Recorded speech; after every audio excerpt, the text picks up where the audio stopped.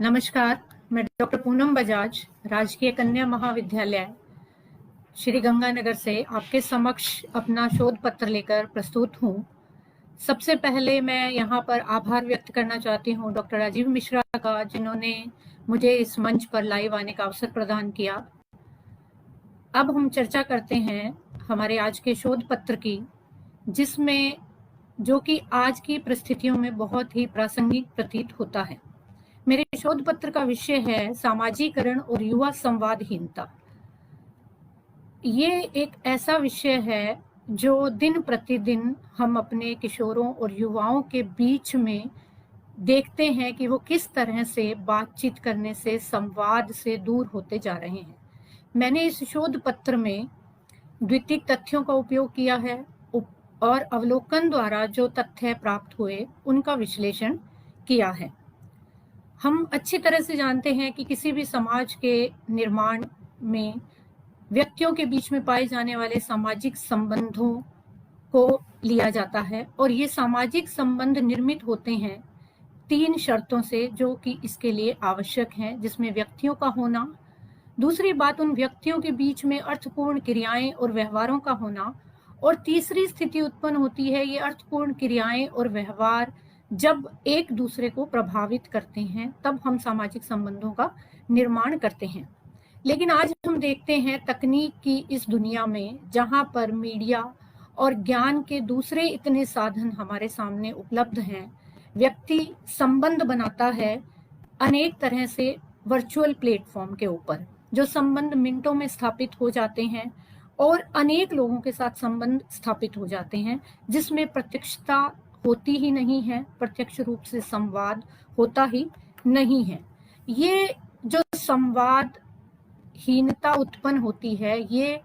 इन युवाओं के बीच में लाइक डिसलाइक कमेंट के चक्रों से उत्पन्न होती है, और ये युवा भीतर ही भीतर शून्य से घिरते चले जाते हैं। इस आभासी दुनिया के अंदर हम देखते हैं कि ओवर कम्युनिकेशन है,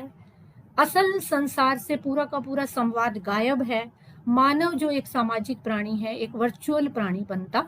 जा रहा है। और इस तरह से जब हम भारतीय समाज पर दृष्टि डालते हैं तो भारतीय समाज में सबसे ज्यादा युवा आबादी है, ये युवाओं का देश है, और हमारे युवा ही ऐसा क्यों कर रहे हैं, यह प्रश्न हमारे सामने उत्पन्न होता है। ये भूल रहे हैं अपनी बात को कहना, सुनना, संवाद करना, और ताकते रहते हैं इस मोबाइल या गैजेट की स्क्रीन के अंदर, और अंदर ही अंदर रीतते जा रहे हैं। इसके लिए हमें समझना होगा उस प्रक्रिया को जिसके तहत एक बायोलॉजिकल प्राणी, एक जैविक प्राणी, सामाजिक प्राणी बनता है। हम अच्छी तरह से जानते हैं कि मानव जब जन्म लेता है तो एक हाड़ मांस के पुतले के अतिरिक्त कुछ नहीं होता। उसमें जो संवेदना है उसको वो बालक रोकर व्यक्त करता है, और उसकी कोई भी अभिव्यक्ति नहीं होती है। लेकिन धीरे धीरे वो समाज, सामाजिकता, सामाजिक गतिविधियों सभी के बारे में सीखना शुरू करता है। थोड़ा बड़ा होता है, अपनी प्रथम गुरु माँ के संपर्क में आता है, और वहां पर वो अलग अलग वस्तुओं, अलग अलग संबंधों के बारे में जानकारी प्राप्त करना शुरू करता है। सीखने की जो ये प्रक्रिया है, यही सामाजीकरण कहलाती है। यूं कह लें कि जन्म के साथ, और मैं ये कहूंगी कि जन्म से भी पहले, जब वो माँ के गर्भ में होता है बालक, वहीं से सीखने की ये प्रक्रिया प्रारंभ हो जाती है और मृत्यु तक चलती रहती है। व्यक्ति कुछ ना कुछ सीखता ही रहता है, और वह शारीरिक प्राणी से एक सामाजिक प्राणी का दर्जा ग्रहण कर लेता है। यहाँ पर समाज वैज्ञानिक लेस्ली अपनी एक बात कहते हैं, और वो ये बताते हैं कि यहाँ इसे कभी कभी व्यक्तित्व विकास के साथ जोड़कर देख लिया जाता है। व्यक्तित्व विकास की इस प्रक्रिया में व्यक्ति के सेल्फ, स्व या आत्म का विकास इसी प्रक्रिया के तहत होता है, और इसी प्रक्रिया के द्वारा समाज और संस्कृति एक जीवंत रूप में हमारे सामने आती है। बात करते हैं किशोरावस्था की, और यह भली भांति हमें पता है कि ये किशोरावस्था मानव जीवन का संक्रांति का काल है, जब किशोर सिर्फ और सिर्फ अपने मन की बात सुनना चाहता है, करना चाहता है, हर नियंत्रण और बंधन से मुक्ति पाना चाहता है। यहाँ हम ये देखते हैं कि सामाजिकरण की ये जो प्रक्रिया है ये और भी तीव्र होती है, क्योंकि वह बहुत सारे लोगों के संपर्क में आता है। यहाँ पर उसके पीयर ग्रुप, उसका विद्यालय, उसका महाविद्यालय, उसके और बहुत सारे संगी साथी जो उस पर दबाव डालते हैं, प्रेशर क्रिएट करते हैं। यहाँ वह अच्छा बुरा सब कुछ सीखना शुरू करता है, अपने भविष्य की रूपरेखा को तैयार करने की कोशिश, जद्दोजहद में लगा रहता है, अपने सपनों को आकार देना चाहता है। लेकिन यहाँ पर हमें यह समझना होगा कि अपनी प्रथम पाठशाला परिवार के द्वारा उसे क्या सिखाया जाता है, और वह अपनी माँ के द्वारा, क्योंकि माँ को भावनात्मक नेतृत्व कहा गया है, कि संज्ञा दी गई है, जो कि उसे एक ऐसा संबल प्रदान करती है जो भावनाओं से युक्त होता है, एक ऐसी लीडरशिप क्वालिटी उसे दिखाती है, सिखाती है, जिसमें सिर्फ किसी तरह की तानाशाही नहीं, भावनाओं के साथ नेतृत्व कैसे किया जाता है, इस स्थिति को वो सीखता है। इसीलिए कहा जाता है कि व्यक्ति के व्यक्तित्व पर सबसे ज्यादा प्रभाव जो है वो उसकी माता का होता है, जो उसके जीवन पर्यंत उसके साथ चलता है। और उसके बाद जो महत्वपूर्ण कड़ी उसके जीवन में आती है वो होते हैं उसके दोस्त, मित्र, संगी साथी। ये दोस्त, मित्र और मित्र मंडली जो है ये सबसे महत्वपूर्ण है। और यहाँ यह तथ्य भी पाया गया है कि जिन समाजों में शिक्षा की कमी है, या जो समाज आर्थिक रूप से विकसित नहीं है, वहाँ ये मित्र मंडलियां और भी अधिक महत्वपूर्ण हो जाती हैं। उन्हीं के साथ व्यक्ति यह सीखता है कि किस तरह से उसको अपने आगामी जीवन को की रूपरेखा या उसको कैसे चलाना है। यह सीखता है अपने विचारों को कैसे एक दूसरे के सामने प्रस्तुत करना है, प्रत्यक्ष रूप से अपनी भावनाएं कैसे साझा करनी है। लेकिन हम ये देखते हैं कि जैसे जैसे तकनीक का विकास हुआ, तकनीक के विकास के साथ साथ ये दोस्त कहीं खो गए, संवाद कहीं खो गया। आज प्रत्येक युवा, या यूं कह लीजिए कि 13-14 साल का एक बालक जो है उसके पास भी कंप्यूटर, लैपटॉप, मोबाइल जैसी जनसंपर्क की सुविधाएं मौजूद हैं, और वह इनमें कहीं ना कहीं अपने दोस्तों को खोजता है और आभासी दुनिया के ढेर सारे दोस्त बना लेता है। जनसंपर्क के इन साधनों की जब चर्चा करते हैं तो एंथोनी गिडिंस, जो कि एक प्रमुख समाजशास्त्री हुए हैं, वो इसको सामाजिकरण का प्रमुख अभिकरण मानते हैं। वो कहते हैं कि 3-4 दशक पहले तक हम इनमें पत्र पत्रिकाएं, रेडियो और टीवी को शामिल करते थे। अब जब ये पत्र पत्रिकाओं की बात आती है तो हम ये देखते हैं कि 3-4 दशक पहले माता पिता बालकों को कॉमिक बुक्स और बाल साहित्य पढ़ने के लिए प्रेरित करते थे, क्योंकि उन्हें लगता था कि ये साहित्य जो है ये भावना युक्त है, संवादों से युक्त है, और बच्चा इनसे सीखता है संवाद करने की कला को। लेकिन कार्टून जो टीवी में दिखाए जाते हैं वहां पर ध्वनि और प्रकाश की तीव्रता इतनी ज्यादा होती है कि व्यक्ति या बालक का मस्तिष्क जो है वो थकने लगता है। और अब तो हम इस टीवी से भी कहीं आगे पहुंच चुके हैं, जहां सोशल मीडिया ने संचार और संवाद करने की पूरी प्रणाली को ही बदल दिया है। हम ये भी अच्छी तरह से देखते हैं कि कुछ समय पहले तक लोग त्योहारों, सालगिरह, विवाह, किसी की पदोन्नति, नया मकान बनने पर, कोई नया सामान खरीदने के शुभ अवसरों पर लैंडलाइन से फोन करके बधाई या शुभकामनाएं प्रेषित करते थे।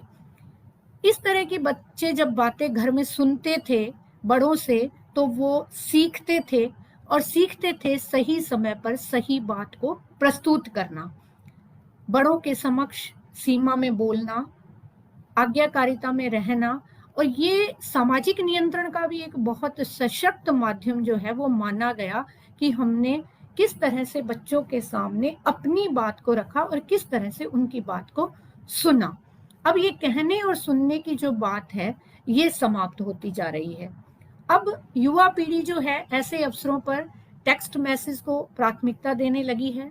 और सबसे आश्चर्यजनक और मजेदार बात यह है कि वो एक ही टेक्स्ट को सभी लोगों को प्रेषित कर देते हैं, यानी सभी जानकारों के साथ, सभी जानने वालों के साथ एक जैसी भावनाएं।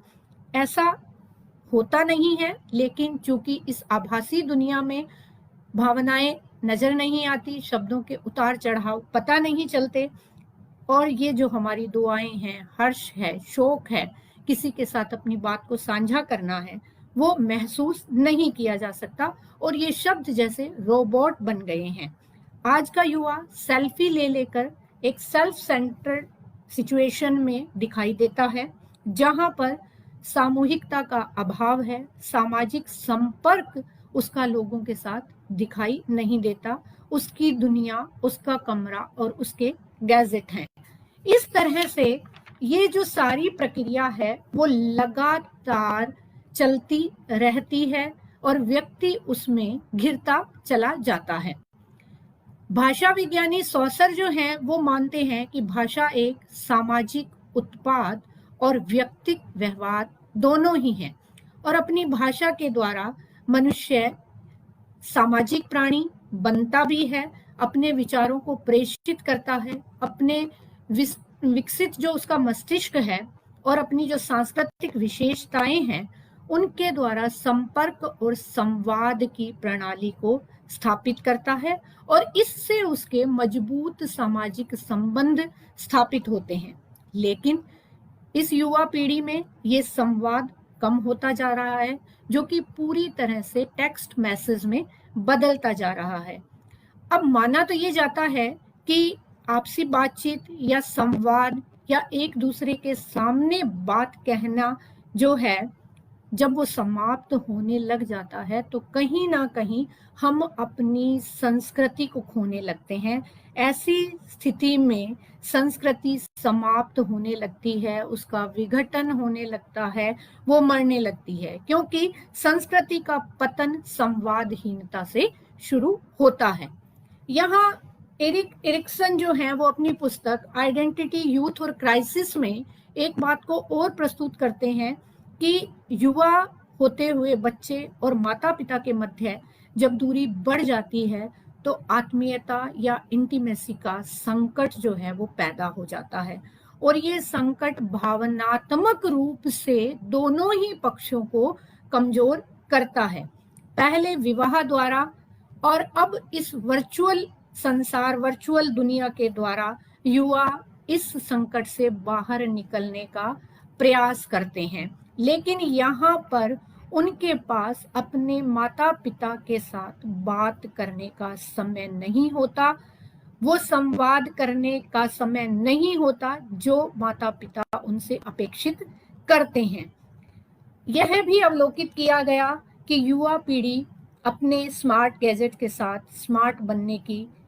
जो उसकी लत है वो जीवन के उसके बेहद निजी पलों में भी नहीं छूटती है और इसी कारण रिश्तों में गहनता पनपने नहीं पाती है। रिश्ते या संबंध इसी वर्चुअल दुनिया से शुरू होते हैं, पनपते हैं और यहीं पर समाप्त हो जाते हैं, जिनकी गहनता को वह महसूस नहीं कर पाता है, लेकिन फिर वह अवसाद में घिर जाता है। आमने सामने बैठकर की गई बातचीत, हंसी मजाक, मान मनुहार सोशल मीडिया के विभिन्न प्लेटफॉर्म के लाइक और कमेंट सेक्शन में खोते जा रहे हैं, जिनका वास्तविक दुनिया से कुछ लेना देना नहीं है। ये वर्चुअल दुनिया के लाइक और कमेंट्स में युवा इतना खो जाता है कि उसको अपने आसपास, अपने परिवार के लोगों की पसंद नापसंद का पता नहीं रहता। उसे पता नहीं रहता कि परिवार में लोग या उसके साथ रहने वाले लोग किस संकट, किस परेशानी से गुजर रहे हैं, क्योंकि वह उनसे बातचीत करता नहीं है, उसे समझना और सोचना ही नहीं चाहता है। और अपनी आभासी दुनिया में खोया रहता है। यहाँ पर मनोवैज्ञानिक शेरी टर्कल एक अध्ययन के माध्यम से, जो उन्होंने 2011 में किया था, ये बताते हैं कि अपने काम को लेकर व्यक्ति अधिकतर समय मोबाइल, लैपटॉप, कंप्यूटर पर ज्यादा से ज्यादा समय जो है वो बिताता जा रहा है। यहाँ समय बिताने का मतलब जो भी वो बातचीत कर रहा है टेक्स्ट के माध्यम से, वो भावना रहित है और परस्पर कम बातचीत है। वो कहते हैं कि ये एक सामान्य बात है, लेकिन ये सामान्य बात जब माता पिता दोनों कामकाजी हैं और इस आधुनिक तकनीक से अपडेट हैं, तो वे अपने बच्चों को भी यही सिखा रहे हैं। इसलिए बच्चों में संवाद करने की क्षमता जो है वो कम होती जा रही है। इन गैजेट्स के इस्तेमाल से वे बहुत हाइपर, चिड़चिड़े और अपनी बात मनवाने वाले होते जा रहे हैं। और ये सही है कि बालक अपने परिवेश से ही सब कुछ सीखता है, और जब वह युवा होते हैं ये बच्चे, तो उनके अपने अनुभव इस प्रक्रिया में जुड़ते चले जाते हैं। वे संवाद की बजाय, भाषा की परिकृष्टता की बजाय, भाषा को समझने की बजाय, जो मोबाइल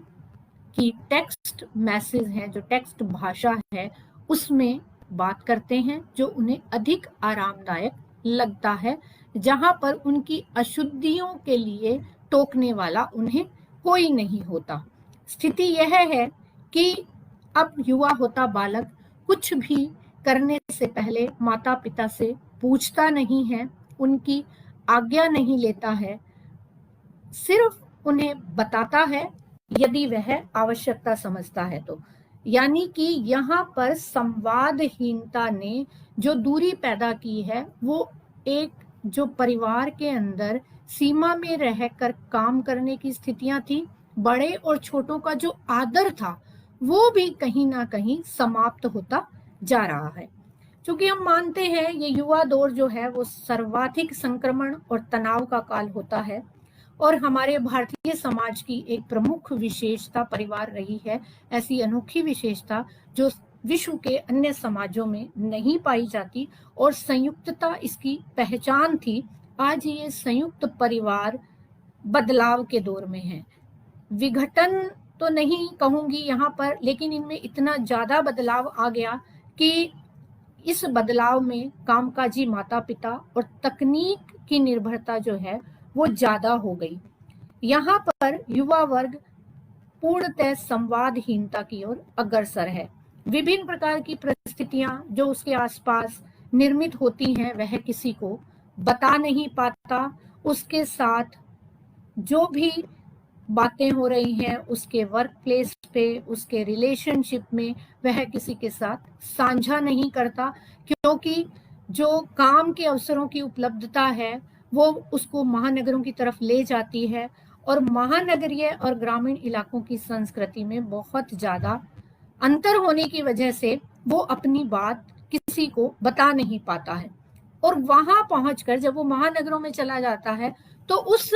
मान्य या स्वीकृत आचरण को भी नहीं कर पाता है जो उसने सीखा होता है। वहां उसे ये लगता है कि